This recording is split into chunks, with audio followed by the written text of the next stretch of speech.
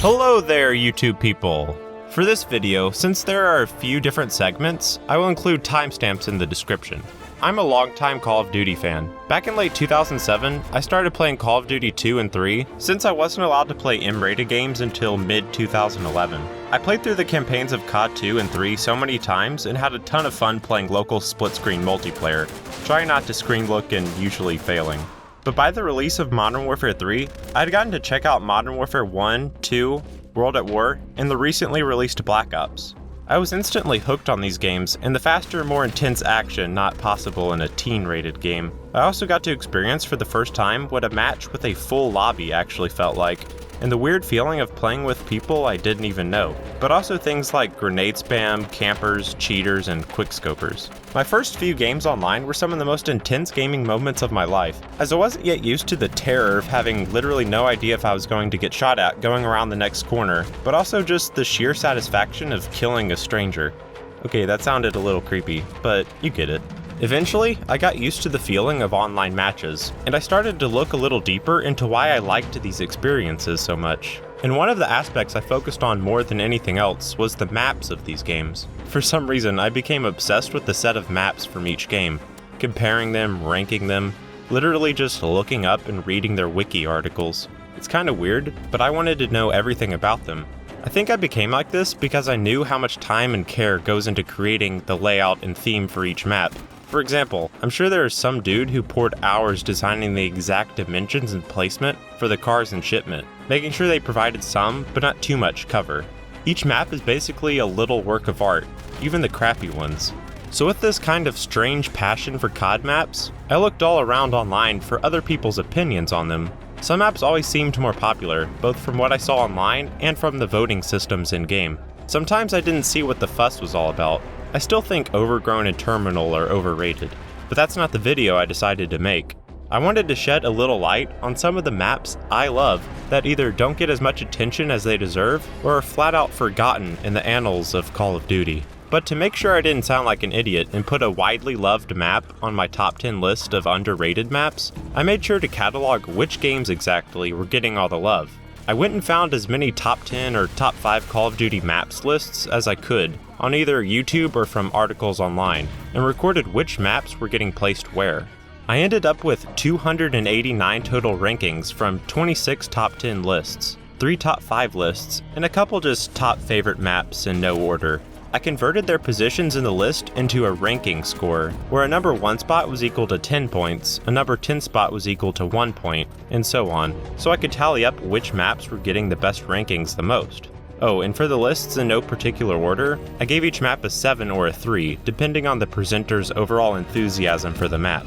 Here's a chart with each map that was mentioned at least twice, in order of most popular to the least. The total score reflects both the number of times the map was mentioned, as well as the placement of the map in the rankings. Nuketown, Terminal, and Firing Range are by far the most popular maps, which I think most people would expect.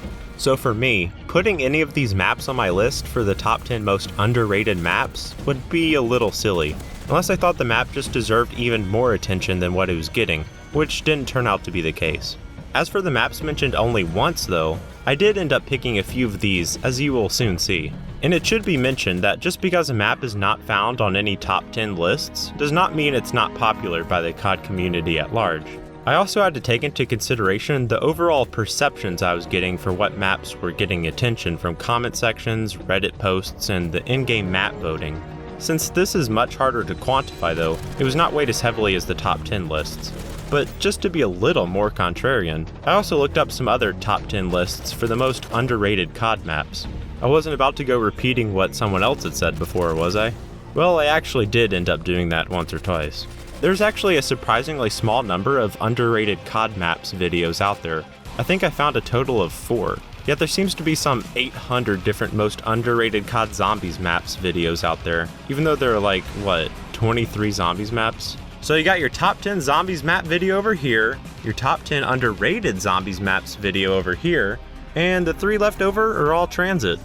The top 5 most underrated maps from what I could find online are Grid, Macon Day and or Night, Plaza, Hanoi, and Invasion, with honorable mentions for Havana and Estate.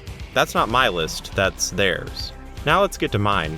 Oh, and for my list, I didn't consider DLC maps since I didn't actually play all of them, and not everyone else did either, so it wouldn't have been fair. On with the list of the top 10 most underrated Call of Duty maps of all time. Number 10. Radiation from Black Ops. Radiation is a map that no one seems to dislike, but no one ever seems to talk about either. But I also feel like the community has kind of come around and realized how underrated it is to some extent. It's got your typical Treyarch 3-lane structure, but with the catch of an underground tunnel and a controllable, floor door that can be opened and closed to shut off easy access below. Since B-Flag is right below this, there's an actual use in controlling it. The map also isn't great for camping since it's fairly open, but also linear. Some people do camp in the interior factory area, but you don't even have to go in there. The other side of the map can get really intense if the spawns keep bringing the teams together. It always feels like you can be in control on this map, especially with being able to avoid dangerous areas. And if you die, you probably did something wrong. With a map this solid, you'd think more people would love it, but not many people even remember it.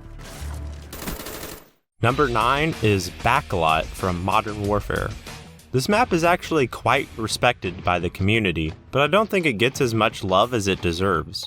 People seem to rank Crash, Crossfire, Bog, and even Shipment and Overgrown above Backlot, even though I think it's better than all of those, except maybe Crossfire, since it's my favorite sniping map of all time.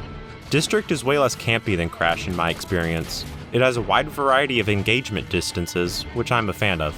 Each building feels balanced with the number of entrances and grenade ability, and the spawns, though probably the weakest aspect of the map, are still fine. The tallest building doesn't dominate the map like it normally does in other maps, which makes it feel in turn very balanced. I feel like this map gets forgotten mostly because of its visuals. It's quite ugly and looks similar to Strike, District, and even Crossfire in color palette and setting. But with its small to medium size, balanced team fights, and interesting asymmetry, I think Backlot deserves to be in the top 3 Modern Warfare maps. Number 8 goes to Villa from Black Ops. Villa has to be one of the more unique settings of, well, a villa in Cuba. This was by far my favorite map for wager matches, since I always managed to do well here. But since wager matches cut off a big portion of the map, I can't put too much importance on that. What I like most about Villa is basically the mini game of trying to kill whoever is in the 3 main camping spots: the top floor of the villa, the second floor of the little house off to the side, and the second floor of the building across the courtyard from the villa. There are almost always people up there, and taking them out is always a challenge, but also fun. The courtyard in front of the villa is home to some intense firefights as players have plenty of cover, but always have to look out for players shooting from the second story areas. There's also a pool, tons of flanking routes, and great spawns. This is just a really solid map that gets overshadowed by the juggernauts of the game. Number 7 is Poisson from Call of Duty 3, and since I don't speak French, I just call it Poison. This is probably the first map that many of you don't even recognize, since not many people played Call of Duty 3. But even for the people who played it, I feel like Poison isn't a map that many players had as one of their favorites. Taking place in and around a small rural village, the map is medium-sized for a Call of Duty 3 map, but would be quite large in most other games. If you didn't know, COD 3 had a player count of up to 24 in a match, which is why the maps can be big, but still feel busy. What makes this map great is the dynamics between the scattered buildings and cover on the outside, the central village, and the open road in between. There are 4 tanks, 2 jeeps, and 2 motorcycles, which means players get around quickly, but also have to look out for tanks ready to blow them away. Snipers like to hang out in the barn, near the creek, and in a few houses. Tanks have to generally stay at the edges of the village, since it's too dangerous to go in the middle, and intense close-quarters battles go down in the village itself, of course with the looming danger of the tanks. Since there is a big open area surrounding the village, it's easy to snipe players who go out of the village. But you always have to be on the lookout for vehicles, since snipers are particularly ill-equipped to take them out if their mortar strike is down.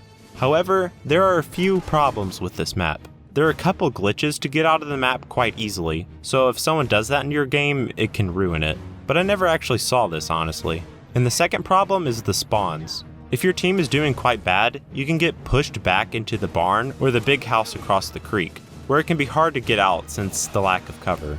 Some people actually really do not like this map. I think it plays best on Capture the Flag, since the spawn issue mostly goes away, and the light vehicles make for some great chases around the village. It's one of my favorite tank maps for sure. Number 6 has to be Mission from Modern Warfare 3.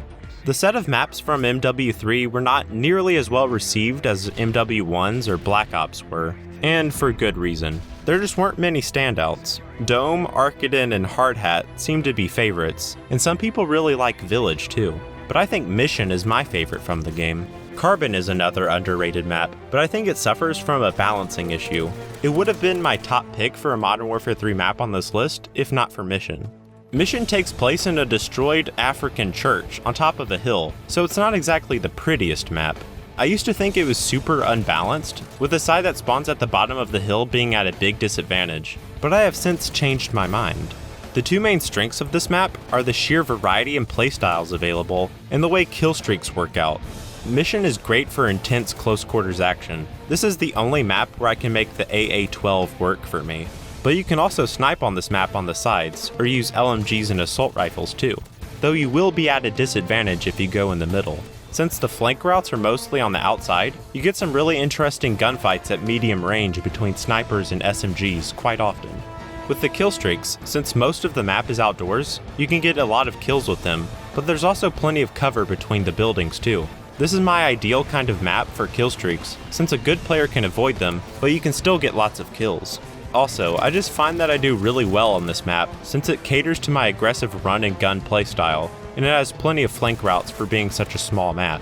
This center is also probably the most intense section of any map in the game. Ready for deployment. Number 5. Cargo from Black Ops 2.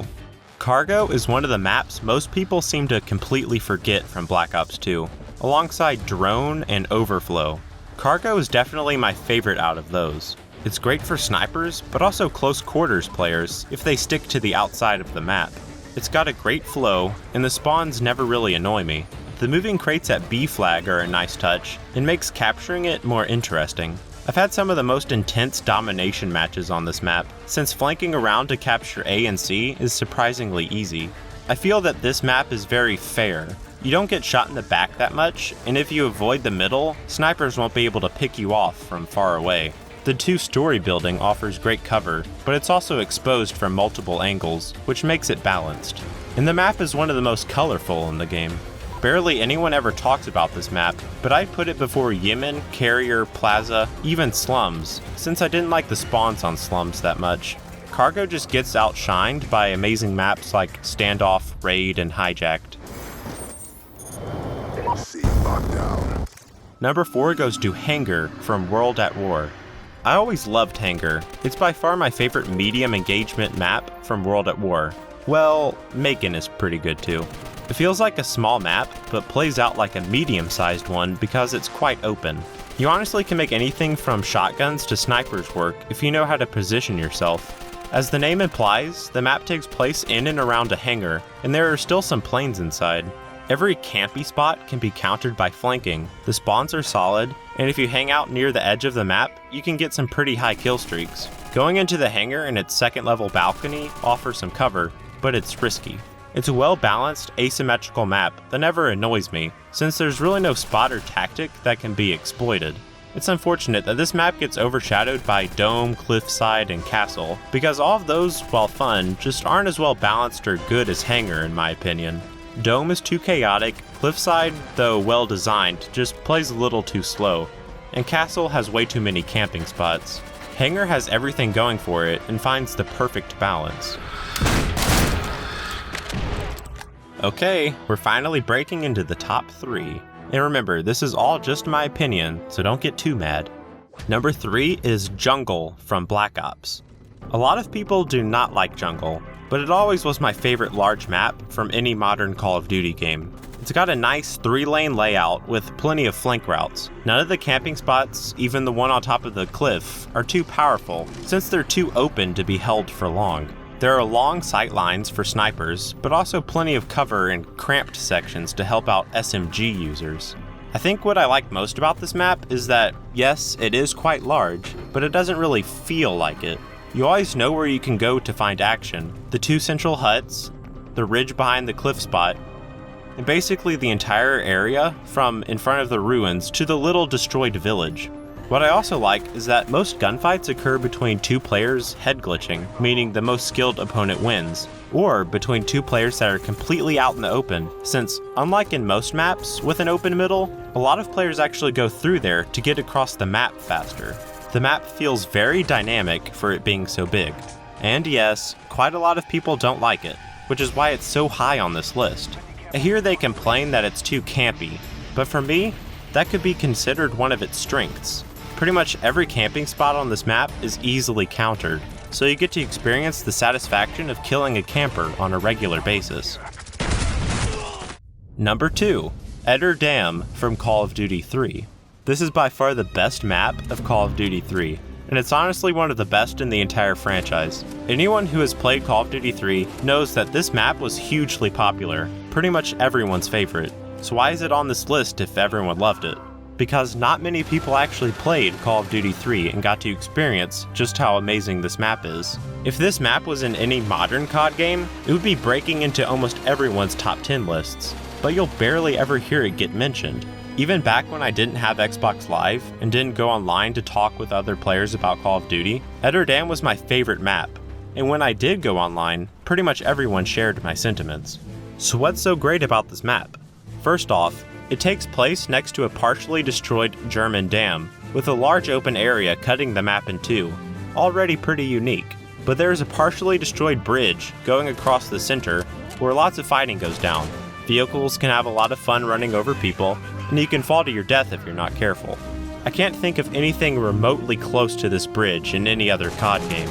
The top part makes for a great vantage point over the map, but you are left exposed from the other end of the bridge and the large house. There's also a tunnel inside the bridge connecting both sides, where sometimes you'll have gunfights while trying to see through the steam. Sniping is very powerful on this map, but there are plenty of close quarters sections and vehicles to help take care of them. Since the map is quite open, road kills are common, especially around and on the bridge.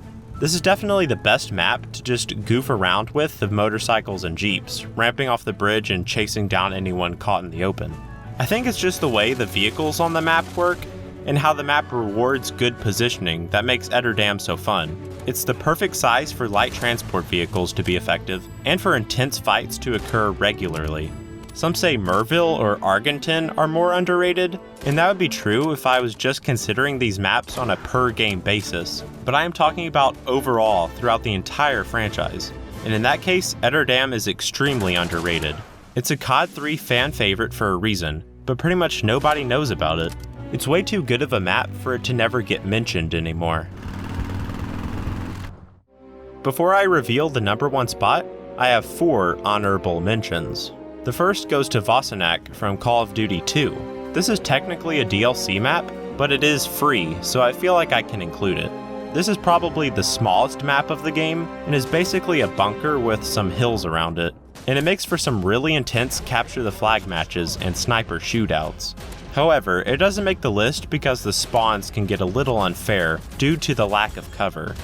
Rundown from Modern Warfare 2 I feel is underrated. It almost never gets mentioned when people talk about MW2 maps, outshined by many others, and not a single person mentioned it among the most underrated maps when I was researching. But on the other hand, the map isn't really that good either. There's just too many camping spots, and B-Flag is garbage. Evac from Black Ops 3 I feel is underrated compared to Combine, Fringe, Hunted, and even Aquarium, but it's my personal favorite from Black Ops 3. The B-Flag is one of the best to fight over in the entire franchise, and the overall feel is just great. And the last honorable mention is for Express from Black Ops 2. It's another overlooked map, but in this case, I don't think it's as good as the fan favorites from the game. And it actually does get a fair amount of attention too, but I think it deserves just a little more. And the number 1 spot for the most underrated map in all Call of Duty history is El Alamein from Call of Duty 2. El Alamein gets forgotten by the wayside for maps like Tujain, Brecourt, Sainte-Mère-Église, and Carentan. Brecourt and Carentan were even remade in other COD games. I even found Vosenak, Moscow, Matmata, Burgundy, and Leningrad get more love from players than El Alamein, and I just don't get it. I understand why Tujane is so popular. It's probably the best map from the game, but El Alamein is definitely my second place. Carrington? Come on. Carrington is not working, okay? Let's talk about why I don't think this map gets much attention. First off, it's a Call of Duty 2 map. Few people ever played the old Call of Duties. But the main reason I think is just because it's a night map. Some players just don't like it when it's dark. I think the second reason is that those players just don't really know what they're doing. This map can be quite punishing if you don't know what you're doing, but to me, that just makes it more competitive. Okay, so on to why I like it so much. It takes place in the middle of an Egyptian desert, and the overall concept is just genius. It has an asymmetrical layout where both teams get a little base on both ends of the map with a mounted machine gun. In the middle is an underground bunker with a little protected area above it, accessible with a ladder. Across from this is another bunker, but this one is above ground and has a long, wide opening where players can see basically the entire map in front of them. Behind this is a pathway leading both left, right, and up to the middle where there's some nice tanks and trucks for cover.